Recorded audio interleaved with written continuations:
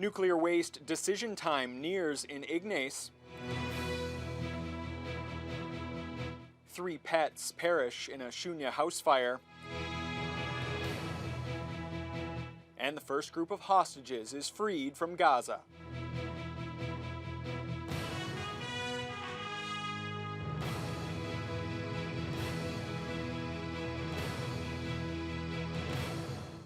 Good evening, and thank you for joining us. It's getting closer to decision time in Ignace. After years of discussion, residents of the community will soon have to answer the question, do they want a nuclear waste repository in their backyard? With more on that, we turn to Lee Noonan, who joins us live in studio. Lee. Thanks, Ryan. The township has engaged a third-party team of consultants who started interviewing residents in Ignace today and will spend the next several months taking the pulse of the community. Residents of Ignace are being asked to participate in a willingness study that will inform council's decision on whether to host a deep geological repository. An engagement team will be in the town from November 24th to the 27th, connecting with local residents of all ages. The young people were coming to us and to the committee saying, we want a say in this, not just the older folks that are 70. Like, we're going to inherit this. You guys are going to be long gone when this comes along. Focus groups are planned for kids 11 to 15, while everyone 16 and up will have a variety of options on how to engage with the willingness study process. There's an online survey, and in-person sessions are happening in November, January, and March. Event details are being posted to social media. We're looking at is, if you're yes, why? If you're a no, why?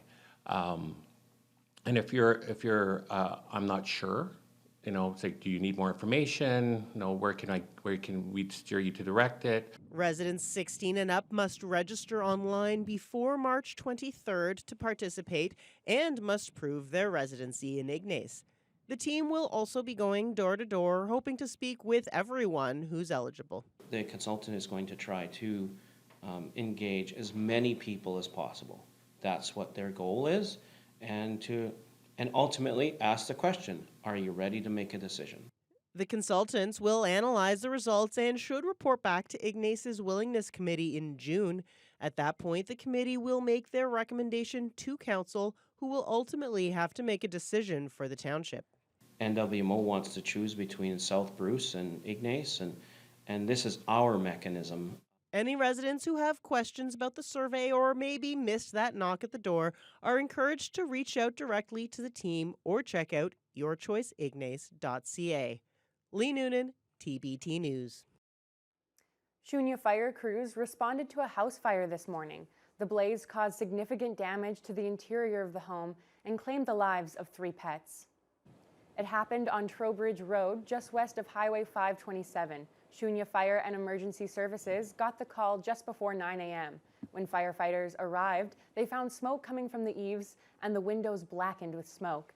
They entered and began searching for occupants, but the residents were not home. Unfortunately, 2 cats and a dog perished in the blaze. The fire was extinguished in about an hour, and the damage inside was extensive. The cause of the fire is still under investigation. The Agricultural Research Station off Highway 61 has been given another 5-year extension. Lakehead University received a much-needed funding renewal today from the 2 senior levels of government. Josh Morano reports. The federal and provincial governments of Ontario are providing a joint investment of up to $1.65 million over the course of 5 years to support research, programming, knowledge transfer, and operations to the Lakehead University Research Station. Established in 1991 by the Ontario Ministry of Agriculture, Food and Rural Affairs, the Lakehead University Agriculture Research Station continues to grow and diversify the agricultural industry in northwestern Ontario. The 5-year funding extension from the province and Ottawa was announced at Lakehead University. MPP Kevin Holland says the work being done at the station is paving the way for growth in the north.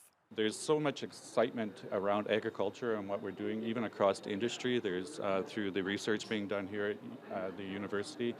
There's potential for our forestry sector to work in collaboration with the agricultural sector to increase the usage of the land and making the land better for growing. The $1.6 million is being split 60-40 between the Federal Ministry of Agriculture and Agri-Food and the province's Ministry of Agriculture, Food and Rural Affairs. It will support research on areas such as best management practices for northwestern agriculture, soil health, environment sustainability, and climate change, as well as research and knowledge co-developed with Indigenous researchers and communities. University President Jillian Siddall calls the continued funding over the next 5 years extremely valuable. Well, it will fund very important research that's currently happening and that will be ongoing, and quite possibly new projects.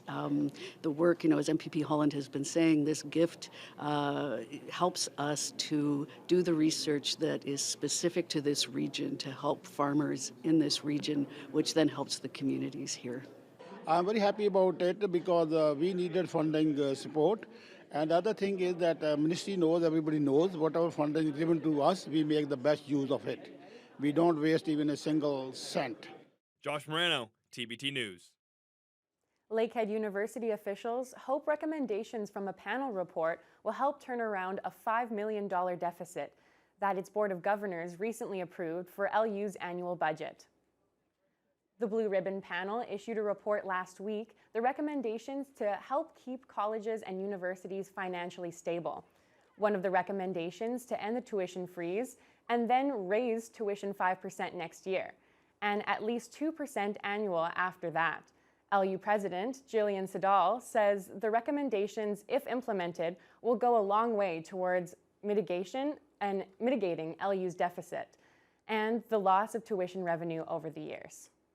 Tuition was cut by 10% a number of years ago and has been frozen ever since. So we've lost capacity there. It doesn't actually make up the ground that's been lost, but I think, as I said before, we have to be mindful of the impact on students, and 5% is what's recommended for the first year, and then 2% following that, which is basically, inflation. A pair of annual holiday charities that help thousands of local families kicked off today. The Christmas Cheer Fund and Toys for Tots launched their 2023 campaigns. Organizers expect more families will need groceries and gifts this year. Jessica Clement reports. As food insecurity continues to grow through the community, many families find themselves having to make the choice between food or paying the bills. During the holidays, the Christmas Cheer campaign ensures that for at least a week, families don't have to make that tough decision as they receive a hamper full of groceries. Campaign Chair Jolene Kemp says as much as she doesn't want to look at statistics, they're hard to ignore. The stats are horrendous. Statistically, they said 18% of people in Canada are not able to properly take care of themselves in terms of food security, feeding themselves and their families. And at least 6% of those are children. So that really hits home to us. Donations are crucial for the Christmas Cheer Fund. Last year, the program handed out hampers to over 8,000 families and are expecting more this year. It's not easy to say, I'm not able to make ends meet, I can't do Christmas, help me please. And so we're excited to be able to do everything we can to make things pleasant and happy for each family and make them feel that it's okay. Like previous years, Christmas Cheer is partnering with Toys for Tots, run by the Thunder Bay Professional Firefighters Association, to provide a gift for each child in the hamper program. Toys for Tots Chair Paul Penna says they're hoping to raise around $158,000, the same amount as last year, and he's confident the generosity of the community will shine through. I sound like a broken record every year, but you think back to when you were a kid, I certainly can, and Christmas was always near and dear to our family and to me as a child, and the thought of being a child and not having something under the tree at Christmas time is a terrible thought, and so it's our chance to affect up to 4,000 or more children in a really positive way. Southward hampers can be picked up at the CLE Coliseum building on December 12th, while Northward recipients can pick up their hampers on December 13th. Jessica Clement, TBT News. The Perro Center for Women's Enterprise hosted its annual summit and awards gala last night to celebrate the success of inspirational female entrepreneurs from across Canada. Perro was founded in Thunder Bay in 1995. Since then, the organization has helped nearly 1,000 women start their own business. Headlining the gala was Jessica Morehouse, a motivational speaker, entrepreneur, and host of the More Money podcast. Her main message to the hundreds of businesswomen in attendance was that it's never too late to seize new opportunities. Once you can kind of overcome it and really look at things from the framework of abundance, which is like, I'm grateful for what I have, there is enough for everybody, there's a lot of opportunity, I just have to go out there and get it. It just gives you a lot more hope and will just make life a lot more exciting and fulfilling. Yes, so when we have a gala, we're here, yes, to learn from our keynote speaker about the mindset of money, but we're also here to celebrate our successes for the year, things that we've worked on together. Another month, another new millionaire. Thanks to the Regional Hospital Foundation Thunder Bay 50/50 draw. Today, Joe Valente got the life-changing call from CEO Glenn Craig, telling him that he just won more than $1.1 million. Do you have any plans this afternoon? Not really. Do you think you can swing by the Intercity Shopping Center to pick up $1.1 million? Are you joking? Would I joke about it?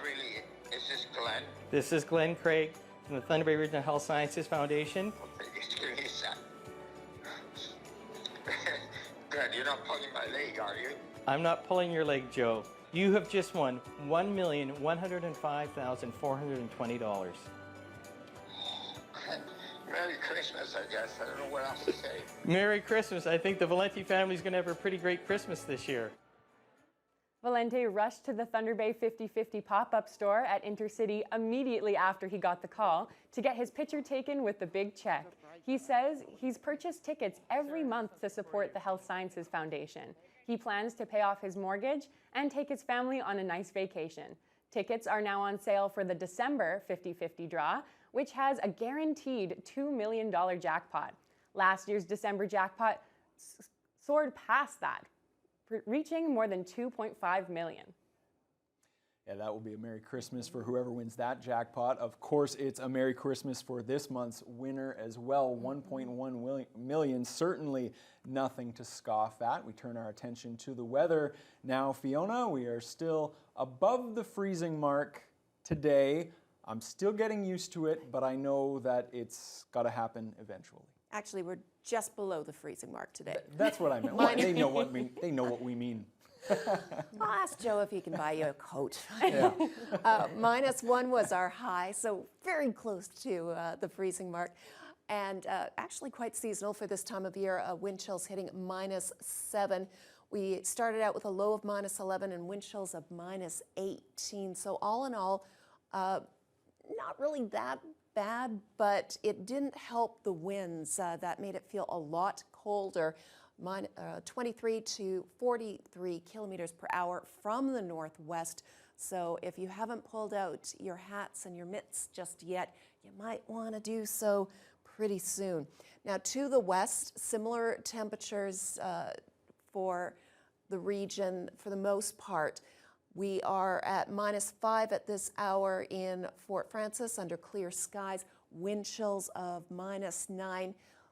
Similar, as I said, temperatures as you head up into Kenora and Dryden at -3, -4 in Red Lake. Where the difference is felt is the winds gusting up to 50 kilometers per hour the further north you go, as was the case in Red Lake this afternoon. So they're currently dealing with wind chills of -12.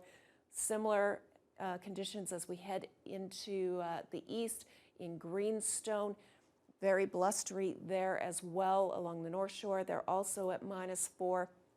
Sault Ste. Marie, well, they had winds gusting 55 kilometers an hour, but it came with some snow and blowing snow, so a lot of that lake effect happening, building up a lot of that precipitation. And at this hour, the snow is just kind of drifting because it's still quite gusty. They're sitting on the freezing mark, but it feels closer to -8. Now here in the city of Thunder Bay tonight, we will drop down to -8 and wind chills will feel like -11. So similar to what we saw As far as temperatures were concerned, the wind chills should be less as the wind starts to taper off. We will see gusts of 41 kilometers an hour this evening. It should taper off overnight under those clear skies. And then as we head into the weekend, get a little bit of a reprieve. It's going to be not as cold, which is going to be nice, but unfortunately, we're also looking at some snow that's going to try to push its way in by Sunday. So we're going to get a little bit of heat, not much, and then possibly a little bit of snow, but not much. I'll have more details on that later on in the news hour. Okay, thanks a lot, Fiona.